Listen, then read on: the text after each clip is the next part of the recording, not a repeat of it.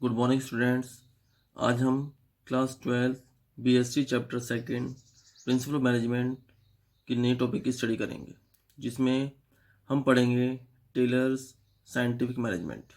तो देखिए, जो एफ डब्ल्यू टेलर थे, इनका जन्म 1856 में हुआ और 1915 में इनकी डेथ हुई। इस टाइम के अंदर ये एक अमेरिकन मैकेनिकल इंजीनियर के रूप में इन्होंने काम किया, who believed in analysing work and find best way to do work.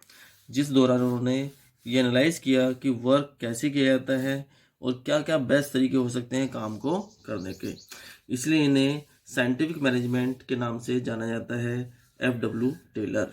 तो देखिए, एफ डब्ल्यू टेलर ने अपने क्या क्या प्रिंसिपल्स बनाए।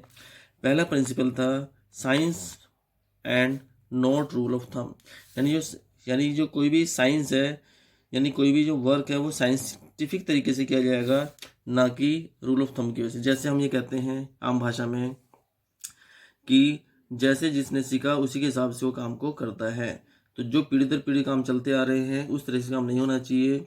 जो साइंटिफिक तरीका है, अगर उसको यूटिलाइज किया जाएगा, यूज़ किया जाएगा काम करने में, तो काम और अच्छे तरीके से होगा। तो उन्होंने एम्फेसाइज किया, इम्प्लाइज किया that developing one standard method. उन्होंने एक ऐसा मेथड डेवलप किया या डेवलप होना चाहिए through which work unifying the best practices and optimal utilisation of resources. यानी उन्होंने एक स्टैंडर्ड मेथड को डेवलप करने के लिए जोर दिया, थ्रू विच, जिसके थ्रू वर्क को यूनिफाई यानी सिमिलर तरीके से किया जाए, बेस्ट प्रैक्टिस से यूटिलाइज किया जाए वो, यानी सभी व्यक्ति उसी हिसाब से काम करेंगे, और रिसोर्सेज को ऑप्टिमली यूटिलाइज किया जाए, यानी रिसोर्सेज वेस्ट ना हो। यानी सभी व्यक्ति अगर एक स्टैंडर्ड मेथड से काम करेंगे तो वर्क सिमिलर तरीके से होगा, बेस्ट तरीके, बेस्ट आदत उनको पड़ जाएगी काम करने की, और रिसोर्स ऑप्टिमल यूटिलाइज होंगे, कोई रिसोर्स वेस्टेज नहीं होगा।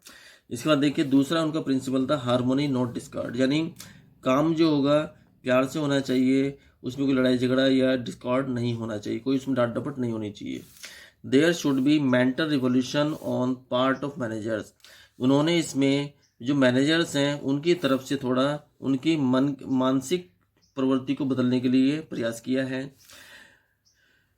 वर्कर्स और owners to respect each other, कि वे वर्क मैनेजर हैं चाहे वर्कर है ओनर है, वो एक दूसरे की रेस्पेक्ट करें और एलिमिनेट करें एनी कन्फ्यूज़न। और अगर उनके बीच में कोई कन्फ्यूज़न है टू अचीव ऑर्गेनाइजेशनल गोल को अचीव करने के लिए, तो उसको भी क्या कर दें, एलिमिनेट कर दें, उसको ख़त्म कर दें, कोई कन्फ्यूज़न नहीं रहना चाहिए। तो अगर सभी एम्प्लॉयज़, मैनेजर्स, ऑनर सभी एक तरह से मिलकर काम करेंगे तो उसको हार्मोनी कहा जाएगा, उसको हम डिस्कार्ड नहीं कहेंगे। तीसरा इन्होंने प्रिंसिपल बनाया कोऑपरेशन नॉट इंडिविजुअल। यानी जो काम है वो कोऑपरेशन, एक दूसरे के मिलजुल के रूप में होना चाहिए। अकेले अकेले आदमी अगर काम करे तो काम पॉसिबल नहीं होगा। तो it is an extension of principle of harmony. ये हार्मोनी नॉट डिस्कार्ड का एक्सटेंशन था, क्योंकि हार्मोनी में भी ये बताया गया कि सब मिलजुल के काम करेंगे, और कोऑपरेशन में थोड़ा और बढ़ा के बताया जा रहा है कि सिंगल व्यक्ति काम नहीं करेगा, सभी व्यक्ति एक ही डायरेक्शन में काम करेंगे।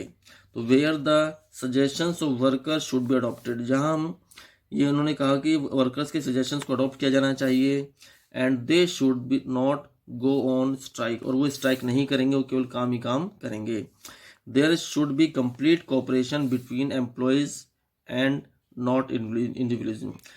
ये बताया गया कि वहाँ पे सभी के बीच में कंप्लीट कोऑपरेशन रहेगा, कोई सिंगल एम्प्लॉय भी अपने अपने सिंगल अपने गोल की तरफ मतलब ध्यान नहीं देगा, पूरी इंडस्ट्री के गोल की तरफ ध्यान दिया जाएगा। फोर्थ प्रिंसिपल इन्होंने डेवलप किया, development of each and every person to his and her greatest efficiency and prosperity. यानी एवरी, ईच और एवरी जो है पर्सन है, एम्प्लॉयज है, वर्कर्स हैं ऑर्गेनाइजेशन के अंदर, वो डेवलप हों, उनकी ग्रेटेस्ट एफिशिएंसी तक और उनकी प्रोस्पेरिटी तक उनको बढ़ाया जाए, उनकी एफिशिएंसी को इंक्रीज़ किया जाए, जिससे उनकी इनकम बढ़ेगी। इससे क्या होगा, उनका डेवलपमेंट होगा हर एम्प्लॉयज़ का, और उनका फ़ायदा ऑर्गेनाइजेशन को भी मिलेगा। It implies development of competencies, जो एम्प्लॉयज़ की कॉम्पिटेंसीज हैं, क्षमताएं हैं, योग्यताएं हैं, उनको डेवलप किया जाए, of person and assign work as per their ability, और फिर उन्हें उसकी एबिलिटी के अकॉर्डिंग काम दिया जाएगा। तो इससे क्या होगा, काम परफेक्ट तरीके से होगा, कोई भी प्रॉब्लम फेस नहीं की जाएगी। तो ये चारों आपकी जो प्रिंसिपल हैं साइंटिफिक मैनेजमेंट के, ये एफ डब्ल्यू टेलर के द्वारा दिए गए हैं। तो ये आपका क्वेश्चन लगभग 3 या 4 नंबर में पूछा जाता है। इसके बाद इसकी टेक्निक्स हैं, जो कि 8 टेक्निक्स हैं एफ टेलर की। तो 8 टेक्निक्स को हम स्टडी कर रहे हैं। अब नया टॉपिक हमारा ये, जिसमें पहली टेक्निक है फंक्शनल फोरमैनशिप। फंक्शनल फोरमैनशिप का मतलब होता है कि हर काम के लिए एक अलग फोरमैन होना चाहिए जिसके थ्रू काम किया जाएगा या देखा जाएगा। In this technique planning and production are separated. इसमें प्लानिंग का काम अलग होगा और प्रोडक्शन का, एग्जीक्यूशन का काम अलग होगा। There are 8 type of specialise professionals. यहाँ पे 8 तरीके के स्पेशलाइज प्रोफेशनल्स होंगे। 4 ईच अंडर प्लानिंग। 4 प्लानिंग में कवर करेंगे और 4 उसका एग्जीक्यूशन यानी प्रोडक्शन में हेल्प करेंगे। Those keep watch on all workers for the optimum utilisation और ऑप्टिमम परफॉर्मेंस। तो जो वर्कर्स के ऑप्टिमम परफॉर्मेंस पे ध्यान देंगे और उनका कड़ी उन पर नज़र रखेंगे। तो उनके अनुसार जो फैक्ट्री मैनेजर्स हैं उनको 8 पार्ट में डिवाइड किया गया। पहले तो 2 पार्ट में डिवाइड किया गया, प्लानिंग इंचार्ज और प्रोडक्शन इंचार्ज। प्लानिंग जो प्लानिंग करेंगे, प्रोडक्शन जो उसमें एग्जीक्यूट करेंगे।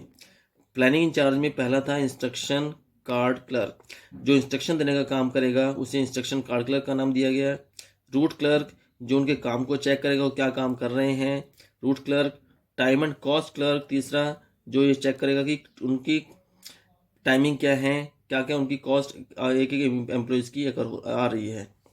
इसके बाद फोर्थ है डिसिप्लिनरी क्लर्क, जो देखेगा कि डिसिप्लिन से काम हो रहा है नहीं हो रहा है। तो ये सारों प्लानिंग इंचार्ज के रूप में काम करेंगे। इसके साथ ही प्रोडक्शन इंचार्ज में स्पीड बॉस ये देखेगा कि काम स्पीड से हो रहा है या नहीं हो रहा है। गैंग बॉस ये चेक करेगा कि काम ग्रुप में हो रहा है या नहीं हो रहा है, या अकेले अकेले की तरफ भागे जा रहे हैं। और इसके अलावा रिपेयर बॉक्स ये चेक करेंगे कि अगर कोई रिपेयर की रिक्वायरमेंट है तो उसको ठीक किया जाए, मशीन वगैरह में कोई कमी अगर आ रही है तो। इंस्पेक्टर उनके प्रोडक्ट की जांच करेगा, चेक करेगा कि प्रोडक्शन सही से हो रहा है नहीं हो रहा है। तो ये सारे जो आपका हेड हैं ये अपने अलग अलग काम के लिए रखे गए हैं, इसलिए वर्कर्स को ऊपर ये 8 हेड अपॉइंट किए गए हैं। तो एफ टेलर ये कहता है कि हर काम को चेक करने वाला मैनेजर अलग होगा, जो कि एक अपोजिट है आपका हार्मनी नॉट डिस्कार्ड, क्योंकि उसने कहा था हार्मनी होनी चाहिए, जबकि यहाँ पे वो खुद ही कह रहा है कि उसने अपने जो वर्कर्स हैं उनके ऊपर 8 हेड को अपॉइंट किया है। तो जो ये बताता है कि वो एम्प्लॉयज़ को अलग अलग तरीके से चेक कर रहा है। अब देखिए इसकी दूसरा आपका टेक्निक है standardisation and simplification of work. यानी वर्क स्टैंडर्ड होना चाहिए, जैसा काम होना चाहिए, और काम सिंपल होना चाहिए, सिंप्लीफिकेशन होना चाहिए वर्क का, ताकि सभी व्यक्ति उसको आराम से काम को कर सकें। तो स्टैंडर्डाइजेशन का मीनिंग क्या है? Developing standard for every business activity. जितने भी बिजनेस एक्टिविटी है उनके लिए एक स्टैंडर्ड डेवलप किया जाए कि हाँ भाई किस तरह का काम होना चाहिए या इस लेवल पे काम होना चाहिए। जबकि सिंप्लीफिकेशन का मीनिंग है एलिमिनेटिंग वैरायटीज ऑफ प्रोडक्ट और सर्विसेज। प्रोडक्ट या सर्विसेज की जो वैरायटी हैं उनमें एलिमिनेशन किया जाए, उनकी वैरायटी को एक जैसा बनाया जाए, उनमें जो अलग है चीज़ें उनको कम किया जाए, एलिमिनेट किया जाए उनको, ताकि सब में सिमिलरिटी आ जाए और सब प्रोडक्ट एक जैसा करते रहे। It results in saving cost. इससे क्या फ़ायदा होगा? कॉस्ट सेव होगी, ऑप्टिमल यूटिलाइजेशन होगा रिसोर्सेज का, and increase in turnover. Turnover मतलब प्रोडक्शन लेवल भी बढ़ जाएगा। तो ये सारे काम किस लिए किए गए? प्रोडक्शन लेवल को बढ़ाने के लिए, रिसोर्सेज को ऑप्टिमल यूटिलाइज करने के लिए और कॉस्ट को सेव करने के लिए। इसके बाद थर्ड टेक्निक है मेथड स्टडी। मेथड स्टडी का मतलब होता है find best way of doing the job, यानी किसी भी काम को करने का सही तरीका, to maximize efficiency of man machine and capital, जिससे मैन मशीन और कैपिटल की एफिशिएंसी को ज़्यादा से ज़्यादा यूज़ किया जाए ताकि प्रोडक्शन ज़्यादा से ज़्यादा हो, कॉस्ट कम से कम आए। फोर्थ टेक्निक है motion study. It refers to eliminate unnecessary motions in the execution of a job, यानी किसी भी जॉब में को एग्जीक्यूट करने में जो भी अननेसेसरी मोशंस हैं उनको हटा देना, ताकि वो बार बार करने से टाइम वेस्ट ना हो, ऐसे मूवमेंट को हटा देना। It enables to be completed in less time and effort. इससे क्या होगा? जो जॉब है वो कंप्लीट होगी कम समय में और कम एफर्ट के साथ, यानी वो काम भी पूरा हो जाएगा और टाइम भी कम लगेगा और एफर्ट्स भी कम लगेंगे। फिफ्थ है टाइम स्टडी। टाइम स्टडी का मतलब होता है it determine the standard time taken to perform a job, यानी ये एक स्टैंडर्ड टाइम को डिटरमाइन करता है किसी जॉब को परफॉर्म करने के लिए कि कौन सी जॉब कितना टाइम में पूरी हो जानी चाहिए। Its objective is to determine the number of workers to be employed, their incentive and cost. इसका ऑब्जेक्टिव होता है कि ये डिटरमाइन करना कि कितने एम्प्लॉयज़ आपको काम के लिए चाहिए, उनको क्या इंसेंटिव आप देंगे, उनकी कॉस्ट क्या होगी, उनकी वर्क की कॉस्ट क्या होगी, उनकी सैलरी वगैरह क्या होंगी। तो अगर एक इंडस्ट्री एम्प्लॉयज़ को कम कॉस्ट पे काम करा रही है तो वो इंसेंटिव ज़्यादा दे सकती है क्योंकि उन्हें बेनिफिट ज़्यादा होंगे। इसके बाद नेक्स्ट है फैटिग स्टडी। फैटिग स्टडी क्या होती है? फैटिग का मतलब होता है थकान, यानी हम एक एम्प्लॉयज़ के थकान की स्टडी कर रहे हैं कि वो एम्प्लॉयज़ कितनी देर में थक जाता है। It refers to determine amount and frequency of rest interval in completing a task, यानी किसी भी एक काम को कंप्लीट करने में एक एम्प्लॉय को कितनी बार या कितने समय तक उसको रेस्ट देना पड़ता है, कि रेस्ट के इंटरवल्स होते हैं। जैसे आपने देखा होगा एक 8 घंटे की जॉब के अंदर सुबह आधे घंटे का आधे घंटे या 15 मिनट का टाइम पीरियड होता है, टी ब्रेक होता है, उसके बाद फिर लंच टाइम हाफ आवर का होता है, इसके बाद फिर शाम को 15 मिनट का टी ब्रेक होता है। तो ये एक तरह से 15 मिनट, आधा घंटा और 15 मिनट, ये एक तरह का 1 घंटे का उसको टाइम दिया गया है। अगर ये 1 घंटा उसको एक साथ ही दे दी जाए तो उसका डिपेंड करता है कि वो उसकी वर्क का टेक्निक कैसी है। तो बीच बीच में इंटरवल मिलने से वो काम अच्छी तरह से कर पाएगा और वो ज़्यादा थकेगा भी नहीं। और अगर यही 1 घंटा उसको स्टार्टिंग में दे दिया जाए तो बाद में वो थक सकता है, और अगर बाद में दिया जाए तो स्टार्टिंग में वो थका हो सकता है। तो इसलिए फटीग स्टडी में देखा जाता है कि उसको टाइम इंटरवल कब दिया जाए ताकि उसको थकान महसूस ना हो। नेक्स्ट है differential piece wage system. Differential piece wage system का मतलब होता है कि जो सैलरी है या वेजेस है उसको एम्प्लॉयज़ को पीस वेज के हिसाब से दी जानी चाहिए। It refers to reward a more efficient worker by giving him more wages for more quantity of standard, यानी इसका मतलब होता है कि उसको ज़्यादा रिवार्ड मिलना चाहिए। जो अच्छा एम्प्लॉयज़ है, एफिशिएंट वर्कर है और जो ज़्यादा काम कर रहा है उसको ज़्यादा सैलरी दे के उसकी ज़्यादा क्वांटिटी के अकॉर्डिंग या स्टैंडर्ड क्वांटिटी के अकॉर्डिंग उसको अलग से ज़्यादा वेजेस दी जानी चाहिए। प्रोडक्शन अचीव, यानी जो उसने प्रोडक्शन अचीव किया है, ज़्यादा क्वांटिटी अचीव करी है अपनी उसके लिए एक्टिविटी एफिशिएंसी के अकॉर्डिंग, उसे ज़्यादा उसकी सैलरी मिलनी चाहिए। That is standard output.